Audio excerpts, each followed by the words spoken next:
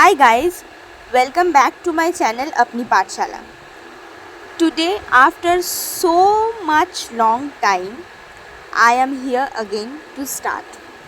So, basically, I have never told you about myself.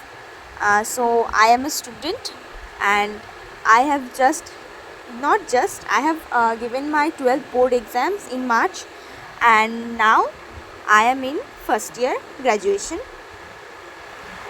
So, today I am going to start the first chapter of your history book, which I have told, I think, 3 months.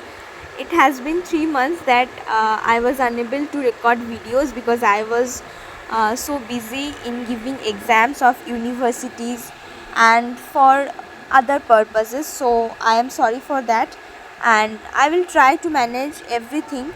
So, let's start the first chapter, the French Revolution.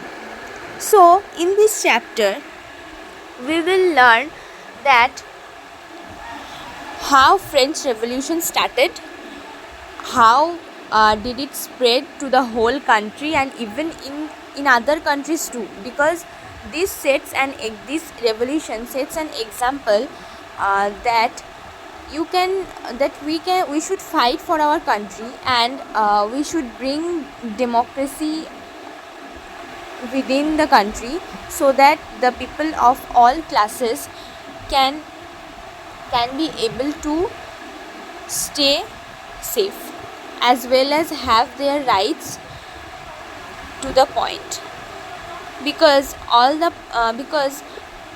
every person have right to speak, right to act and right to live. So with due respect we should always give that opportunity to everyone so that he or she can come up and share his or her problems without any hesitation. So we will see how the elite classes, the clergy, actually has given many burdens to the lower classes that are the farmers, the businessmen, the artisans, etc. So how they joined in the revolution, how they fought for their own rights, we will see that. And remember one thing, as it is history, so for you now the dates are quite important, because the dates will always remain important, because in any exam if you give that will contain history, then the French Revolution is very important. So when did the French Revolution took place, you should remember it like your name. So please try to remember each and every dates so that you can be able to answer the questions. As a student, I have also memorized some of the dates, but I know it's quite confusing because memorizing dates are not my type actually, because I actually never thought that I have to memorize that much, but you know, it actually comes up, मतलब हो जाता है कभी कभी. तो you should get it a practice and then you can do it.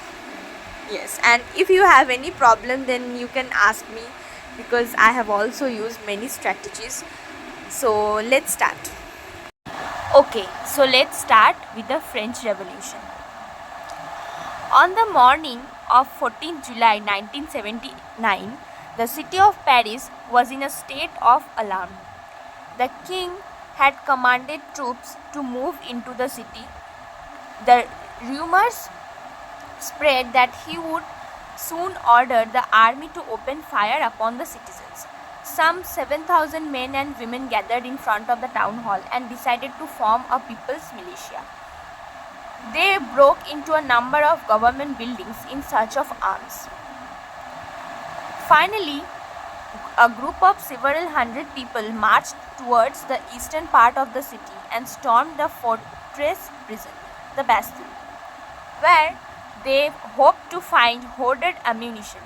In the armed fight that followed, the commander of the Bastille was killed and prisoners released. Though there were only 7 of them, yet the Bastille was hated by all because it stood for the despotic power of the king. The fortress was demolished and its stone fragments were sold in the market to all those who wished to keep a souvenir of its destruction.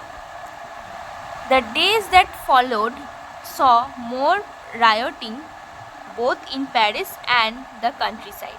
Most people were protesting against the high price of bread. Much later, when historians looked back upon this time, they saw it as the beginning of a chain of events that ultimately led to the execution of the king in France.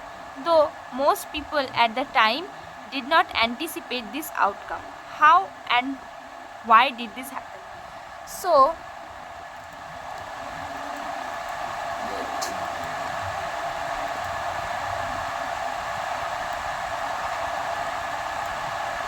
sorry.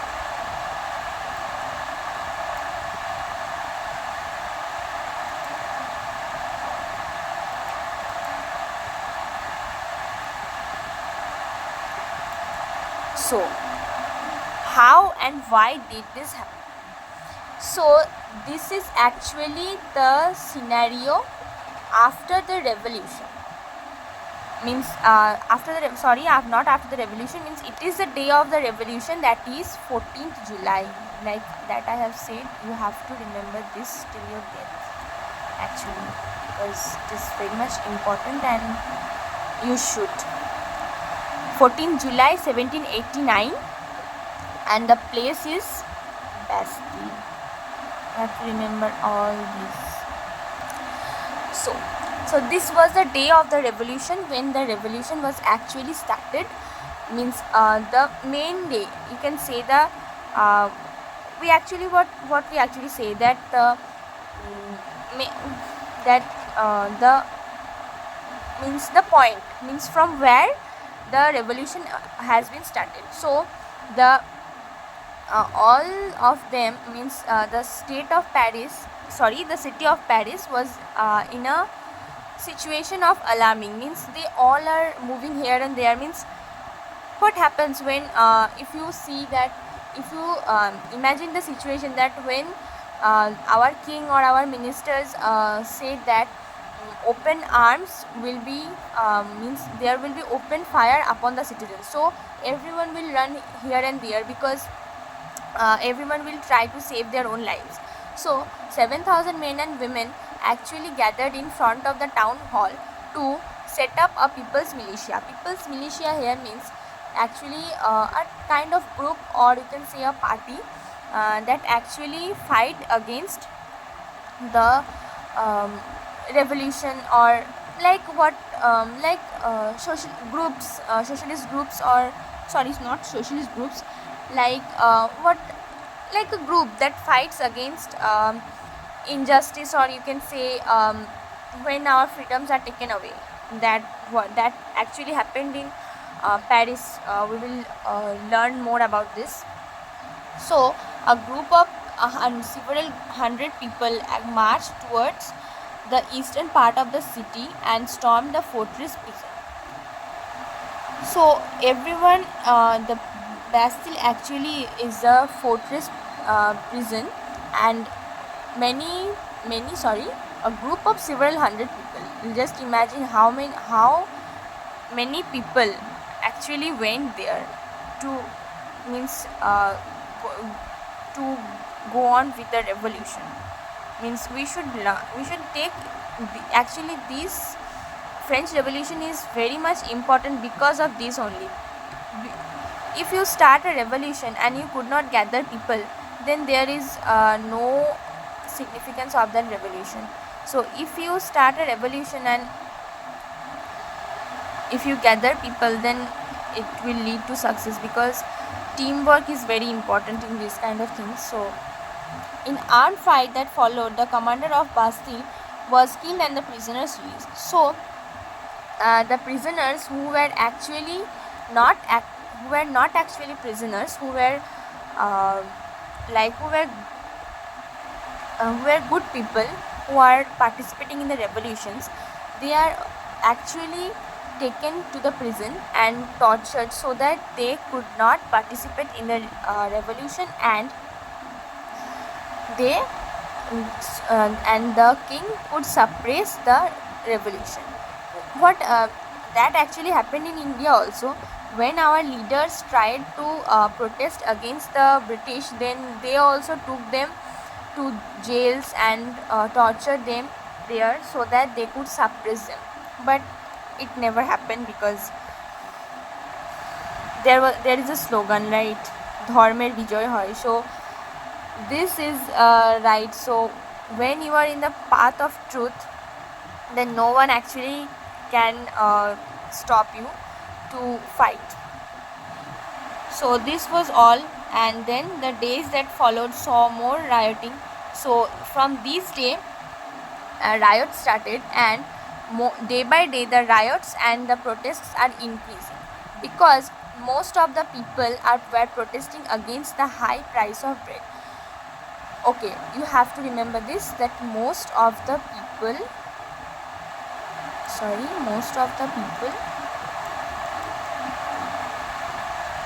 are fighting for the high price of bread.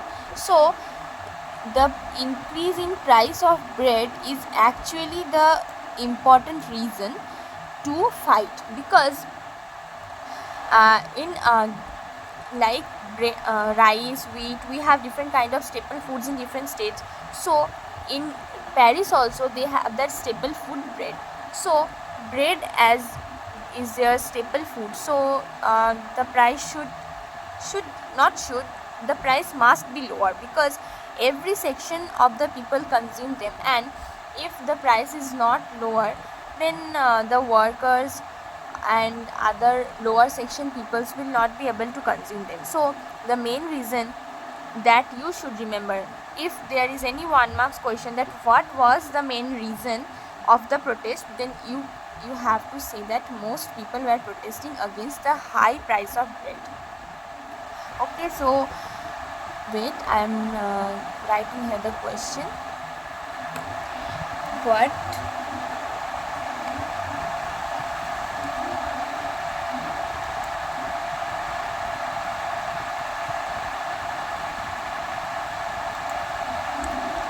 What was the main reason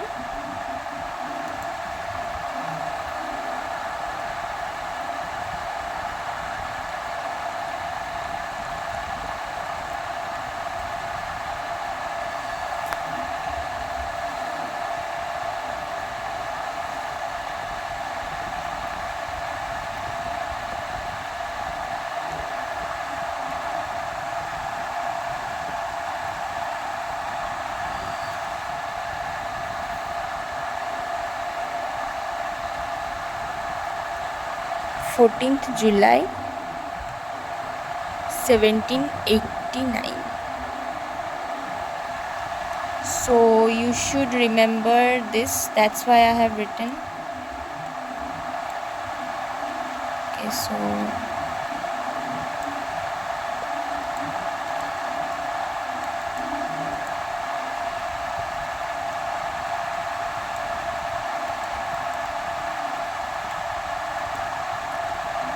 I am writing here the question.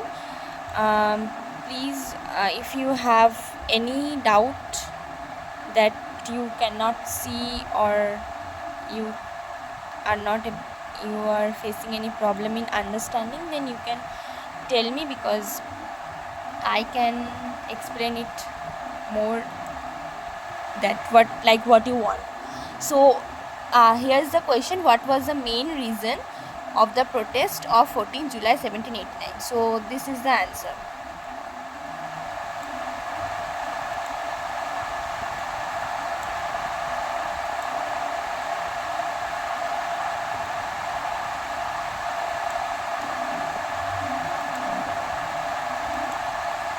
I'm writing here answer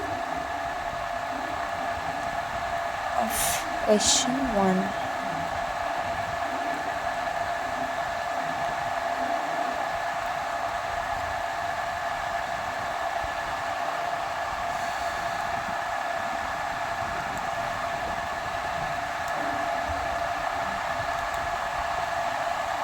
So the highlighted point is actually the answer of question 1. You can write it in your copy for more for your betterment, because you have to remember this.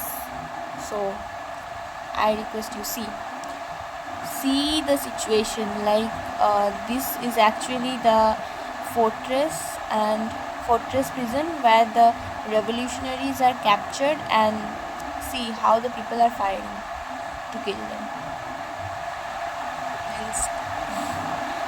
This is actually what happens when revolution starts. Now we will come to the point that from where and how the revolution is actually started. So French society during the late 18th century.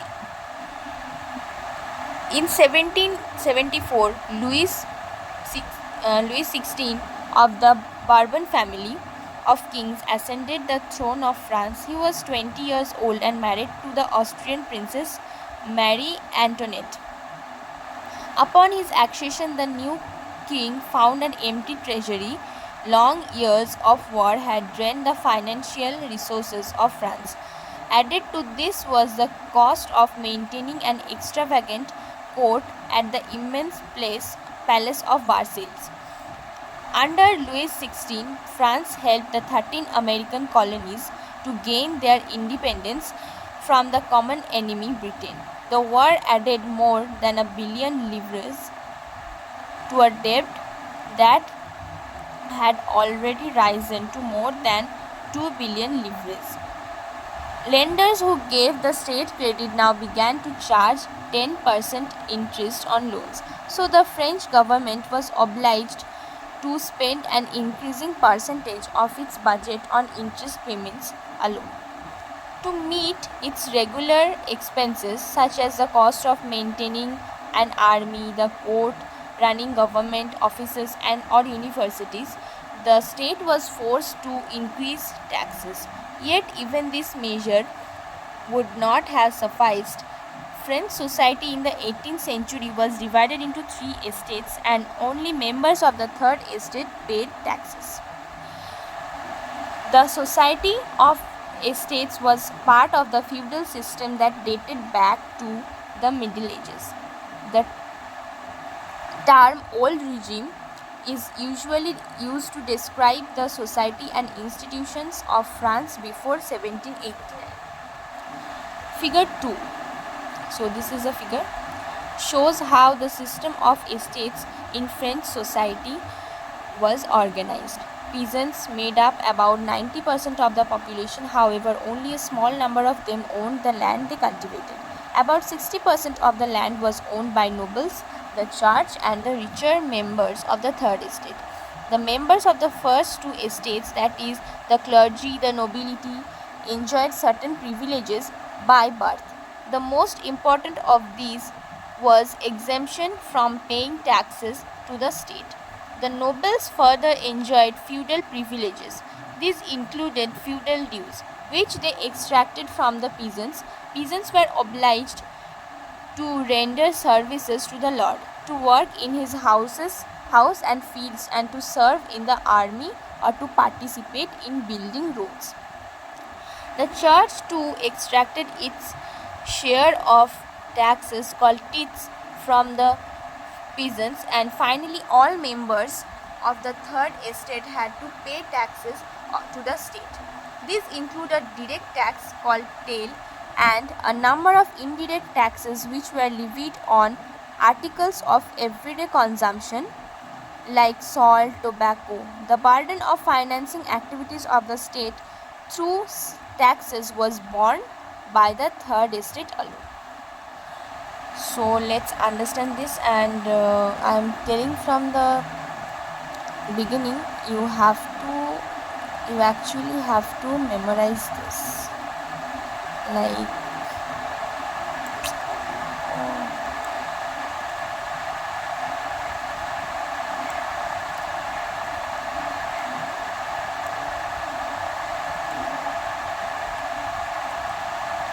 you actually have to remember all these things. Like,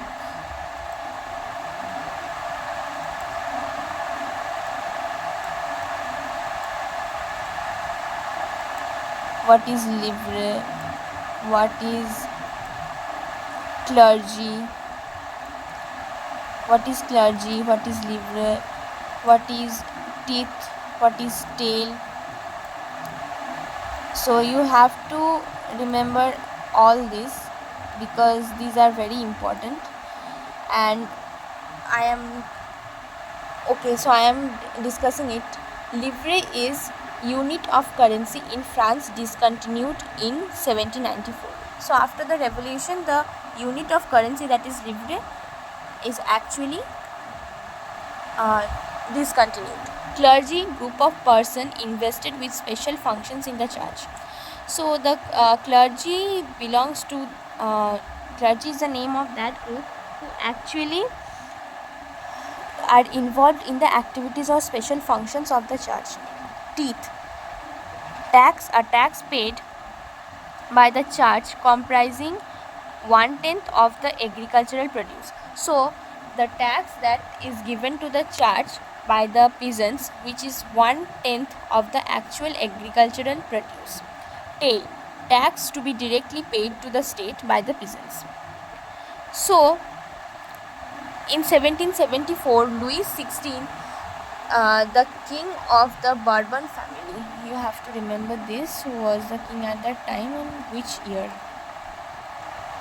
Louis XVI, 1794, of the Bourbon family. He was 20 years old and married to the Austrian princess Marie Antoinette. So when he became the new king, he found an empty treasury, because before he became king, France had many wars. France had fought many wars, and also it has helped many 13 American colonies to get independence from the common enemy Britain.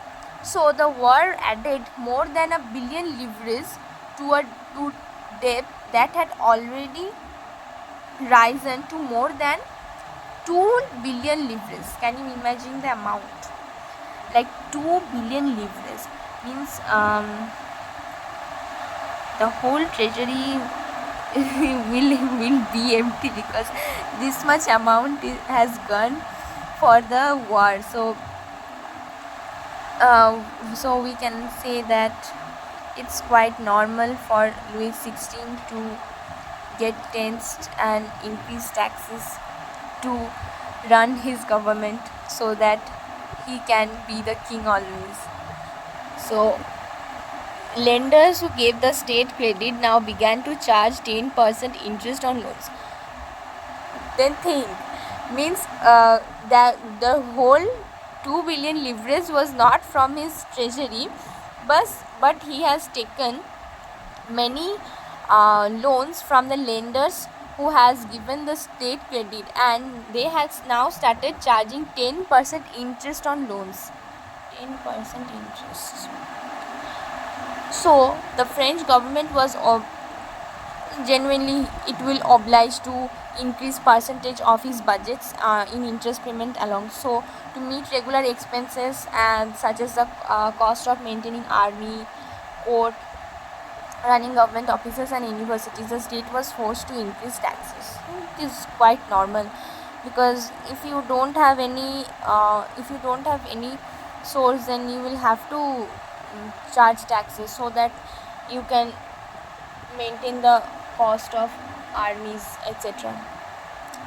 So French society in the 18th century was divided into 3 estates, and only members of the third estate paid taxes. So let us see who were actually the 3 estates. So the first estate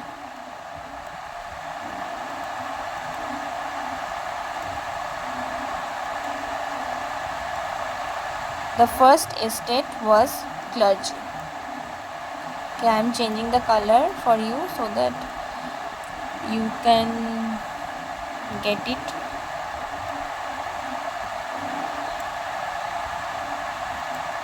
Actually, I'm not used to use this kind of things, so I'm sorry for delay.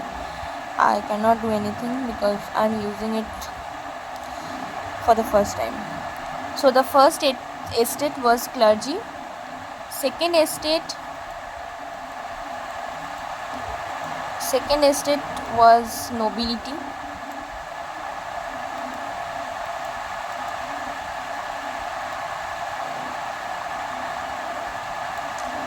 Second estate was nobility. And third one, that is the third estate, that consists of, that I told, business classes, big businessmen, merchants, court officials, lawyers, etc., peasants and artisans, small peasants, landless labor, and servants. So these are the three classes. So you can see that the whole tax is actually taken from this third estate, like big businessmen, merchants, court officials, lawyers, peasants and artisans, small peasants, landless laborers, and servants. So the society of estates was part of the feudal system. So there was a system in the earlier days, that is the feudal system, which consists of these three estates, where elite class or the nobility comprises the second one, and first one is the clergy, and third one is all of them, like business officials, court officials, lawyers, peasants, artisans, etc. So the term old regime is usually used to describe the society and institution of France before 1789. Okay, so this is the question number 2. What was the term used to denote society and institution of France before 1789? So here is the question. The term old regime is usually used to describe the society and institution of France before 1789. So for your betterment, I have given the question here, and also I have highlighted the answer. So if you have, you can note down in your copies also for your own betterment. Now the figure number 2, that shows the system, that how the French society is divided into three estates, that is the clergy, the second estate, that is nobility, and the third estate, that is big businessmen, merchants, court officials, lawyers, peasants and artisans, small peasants, landless laborers, and servants. So however, only a small number of them owned lands, and 60% of the land that was there was owned by the nobles, the church, and other richer members of the third estate. So the members of the first two estates, that is the clergy and nobility, they enjoyed certain privileges by birth. Means it is their like we have constitution, and in our constitution many rights of many rights, not the rights which are actually important for us are given. So in their country also they have such they have such privileges for only the clergy and the nobility from birth only. So the most important was the exemption from paying taxes to the state. It is very important, because you can see that the nobility and the clergy are actually exempted from the taxes that are actually taken from the third estate. Means they are actually exempted from the taxes that are paid by the third estate to the state. Means actually they enjoy certain privileges by birth. So this is one privilege, and the foremost privilege, that they are exempted from taxes. So here will be the question. that what was the most important privilege. Let me write it.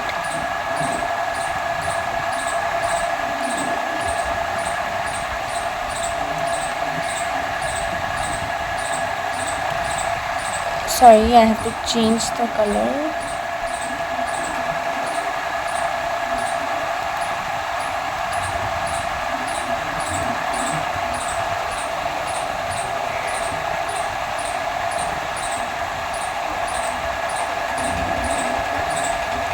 What was the most important privilege that was given to the clergy and nobility?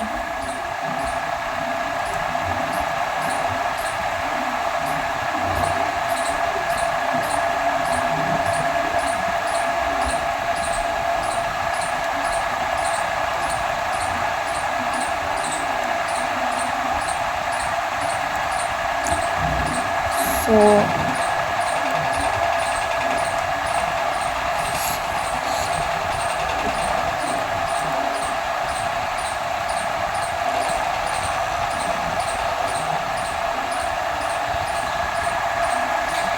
I hope it is visible to all of you as I have highlighted the points. So what was the most important privilege that was given to the clergy and nobility? So the most important, in place of these you will write the most important privilege that was given to the clergy and nobility was exemption from paying taxes to the states. So the nobles they also enjoyed feudal privileges, which included feudal dues. Means the feudal dues that should should have been taken from all the estates is only extracted from the peasants. See, like how much tensed and how much problems are created against the peasants, that they have to give the feudal privileges of all the sections together. And peasants were obliged to render services to the lord, to work in his field and houses, and to serve the army, and to participate in building roads. Means whether the peasants work honestly or not, like if they have any other jobs, but they are also rendered to pay services to their lords, like to work in their houses, fields, and to serve in the army, or to participate in building roads and other monuments, etc. So here comes the taxes. The church too extracted its share of taxes called teeths from the peasants. So the teeths are extracted from the church. From here questions will come that what is teeth, then you have to write this: what is teeth and what is tail. Tax to be paid directly to the state, which were levied on certain consumption of salt and tobacco. Like salt is a daily need, and you can see that if salt is a daily need, then they all have to pay the tax, that is tail, to the state, so that they could eat properly, because without salt you know how the food will taste like. The burden of financing activities of the state through taxes was borne by the third estate only. Means the whole amount of taxes that are to be paid to the state is actually taken from the third estate alone. So here is a picture.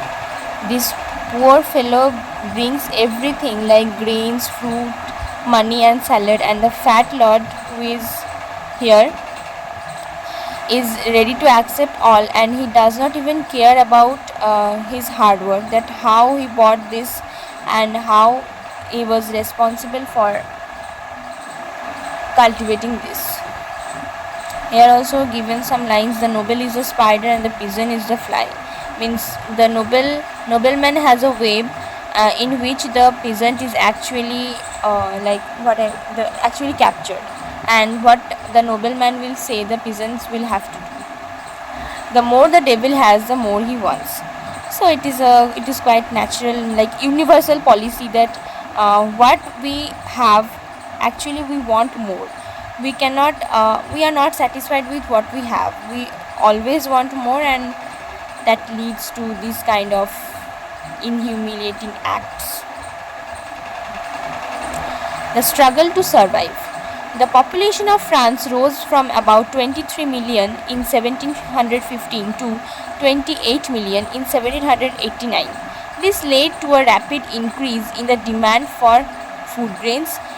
Production of grains could not keep pace with the demand, so the price of bread, which was the staple diet of the majority, rose rapidly. Most workers were employed as laborers in workshops whose owner fixed their wages. But wages did not keep pace with the rise in prices, so the gap between the poor and the rich widened. Things became worse whenever drought or hail reduced the harvest. This led to a subsistence crisis, something that occurred frequently in France during the old regime. So, the population of France rose 5 million in in 15, like in 74 years, means it rose 5 million in 74 years. So there was a rapid increase in the demand for food grains. Obviously, if population increases, then there will be an increase in demand for food grains. No one can do anything. So the price of bread, that is the staple diet of the majority, rose rapidly. Most workers were employed as laborers in workshops and whose owner fixed their wages, means if they work extra they will not get paid, as the wages are actually fixed by the owners of the workshops. But the wages did not keep pace with the rising price. Yes, obviously, because wages are quite low, and we all know that, because wages are quite low as they are fixed by the owner, because owner will see his profit, not he will not bother about the workers. So they are the workers are unable to fill the stomach of their family. So the gap between poor and rich widened, and things became worse whenever drought or hail reduced the harvest. So if like there is a increase in demand of food grains, and if drought and hail comes, then the whole harvest is destroyed. So it is quite normal that situation will get worse and day by day, and there actually is subsistence crisis which takes place in the whole France, and that occurred during the old regime. So what is subsistence crisis? You have to memorize this: an extreme situation where basic means of livelihood are endangered. So basic means of livelihood means the food, the like the place where we live in, like our house. If these things are endangered, means these things are unsafe, then the situation is known as subsistence crisis. You should memorize this. And anonymous means we all know one whose name remains unknown. So here is a graph that the course of subsistence crisis: bad harvest, and the poorest can no longer buy bread, and this leads to disease epidemics, which will cause a reduction in the population also. A growing middle class envisages an end to privileges. In the past, peasants and workers had participated in revolts against increasing taxes and food security, but they lacked the means and programs to carry out full-scale measures that would bring about a change in the social and economic order. This was left to those groups within the third estate who had become prosperous and had access to education and new ideas.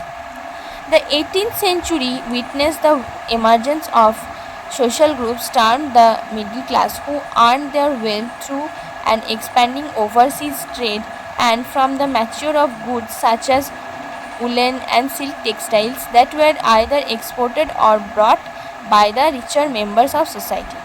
In addition to merchants and manufacturers, the third estate included professions such as lawyers or administrative officials. All of these were educated and believed that no group in society should be privileged by birth. Rather, a person's social position must depend on his merit. These ideas, envisaging a society based on freedom and equal laws and opportunities for all, were put forward by philosophers like John Locke and Jean-Jacques Rousseau.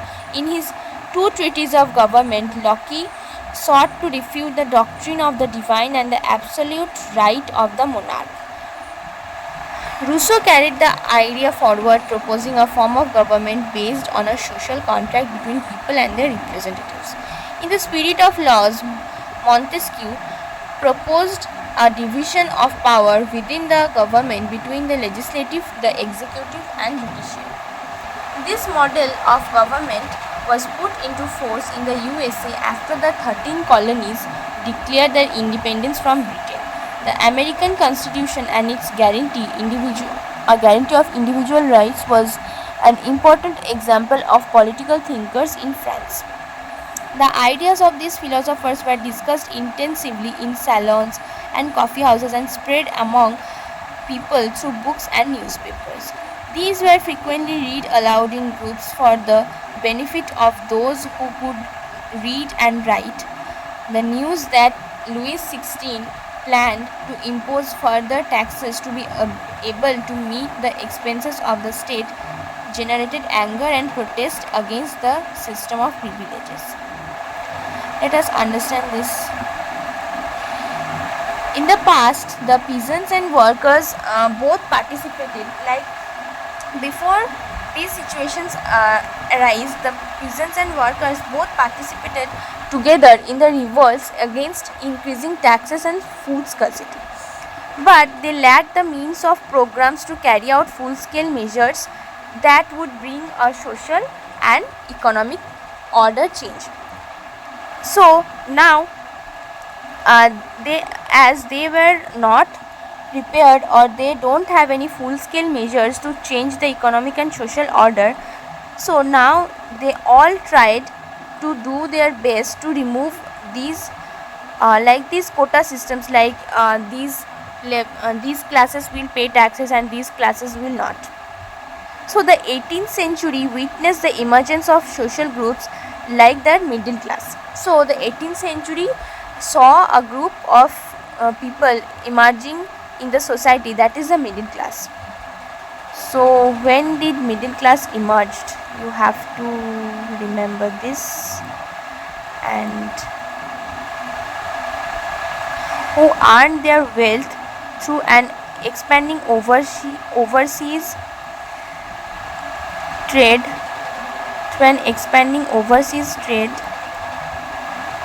Wait a minute.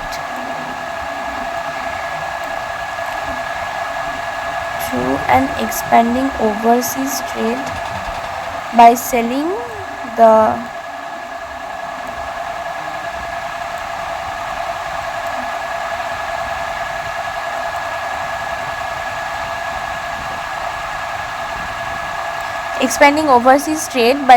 the manufacture of goods such as woolen and silk textiles. So the middle class people were mainly known for their profession of trading, actually means the business. So they are richer. They also exported goods to the richer members of the society.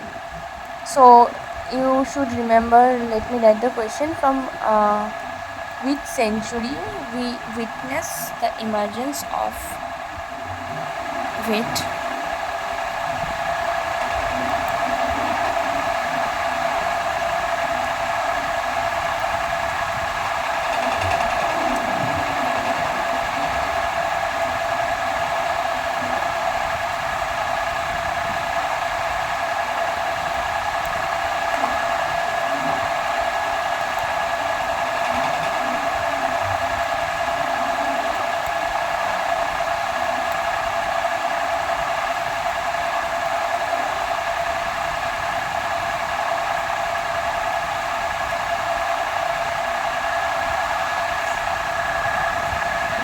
From which century we see the emergence of middle class people?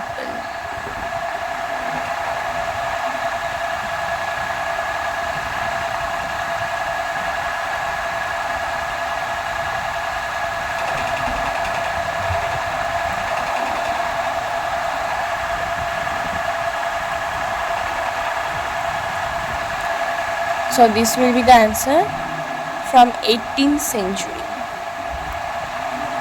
I am highlighting it with a different color so that you can understand.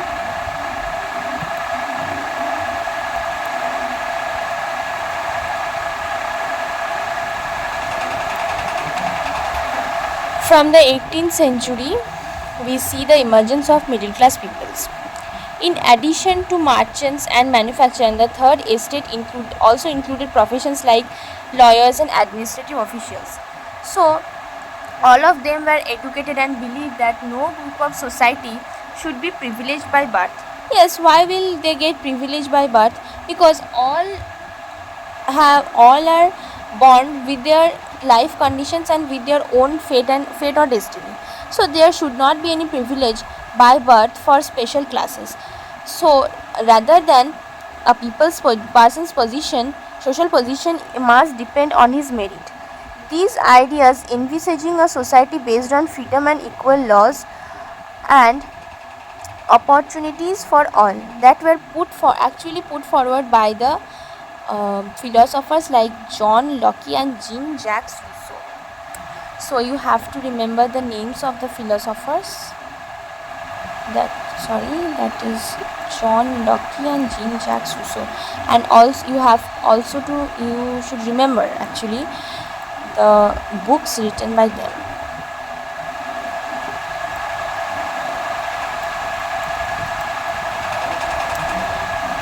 John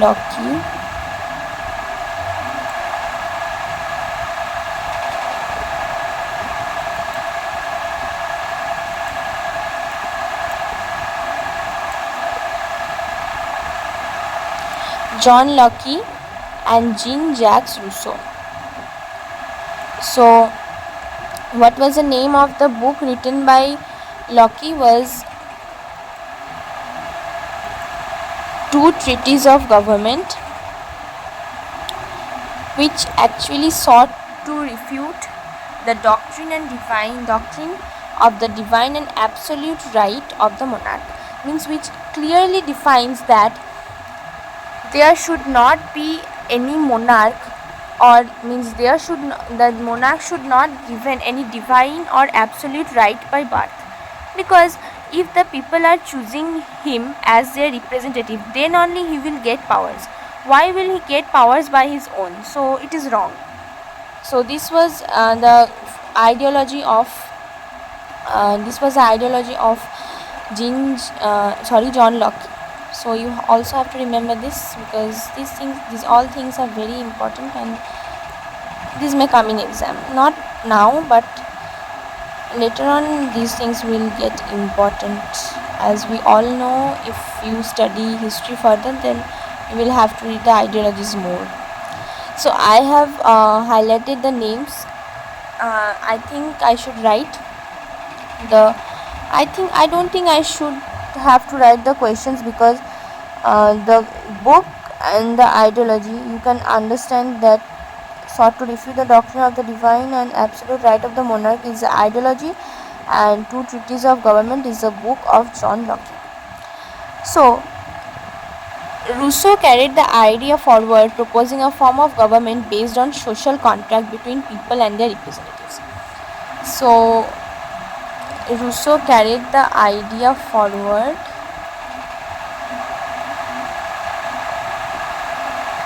based on a social contract. So social contract is the name of his book. So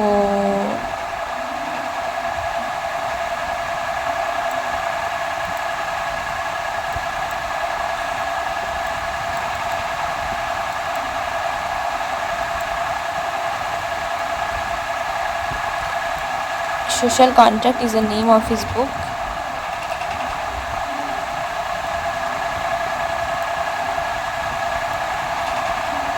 Yes. So, social contract is the name of his book, and he carried forward the idea of proposing a form of government based on social contract between people and their representative. So, it is very important, and you all should remember this. Wait a second. Yes. So, Rousseau carried forward the idea of John Locke, and now Montesquieu. So, the book written by him was The Spirit of Laws, and what he what his idea was, proposed a division of power within the government between the legislative, judiciary and executive. So, in the book The Spirit of Laws, Montesquieu proposed a division of power within the government between the legislative, executive and judiciary. And this model of government was put into force in the USA after the 13 colonies declared their independence from Britain. The American Constitution and its guarantee of individual rights was an important example for political thinkers in France. So, France has actually helped USA to gain its independence from the 13 colonies, from Britain, and the USA has applied the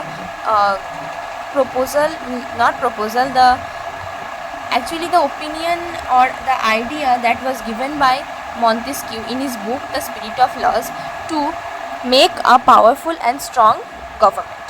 And the American Constitution and its guarantee of individual rights was also played a very important role for the political thinkers of France, because if, like what we do in our real life, we actually like to copy, like it is our trait, that we actually like to copy others, that how he is so free, how that country is doing great in business or job, how this country is not doing, like we are very much interested in all this. So the constitution and the idea of individual rights played a very important role to the political thinkers of France. The ideas of these philosophers were discussed intensively in salons and coffee houses, and the ideas spread through books and newspapers. So, in salons and coffee houses, many people came who are actually like the in coffee houses and salons, public different types of peoples from different sections come, and they actually engage and talk to each other. So there the ideas flown through different paths and also through books and newspapers. These were frequently read aloud in groups for the benefit of those who could not read or write. Like for the illiterate peoples, the literate peoples try to read it loud so that the people could understand what is actually the thoughts or ideas were. The news that Louis XVI planned to impose further taxes to be able to meet the expenses of the state generated anger and protest against the system of privileges. So as these ideas flowed like to all the peoples and to all the sections of the society, they got an idea and they got a opportunity that if problem arises, we all can protest and make ourselves free from this feudal system and from this taxation system. So when Louis XVI planned to impose more taxes to be able to meet the expenses of the state, so it generated an anger and protest against the system of the privileges. So this was an account of lived experiences in the old regime. You can take a reading. And number 2, the outbreak of revolution, we will start in the next day. So today up to this, I hope you have understood the part 1, and I think I have given all the questions and answers, and I have highlighted all the points. You can see, and you should underline or you may highlight so that these things are always there in your brain and you never forget these things. So if you have any problem or any doubt, you can ask me in the comment section or you can mail me in my personal email. So today up to this. Thank you. Bye.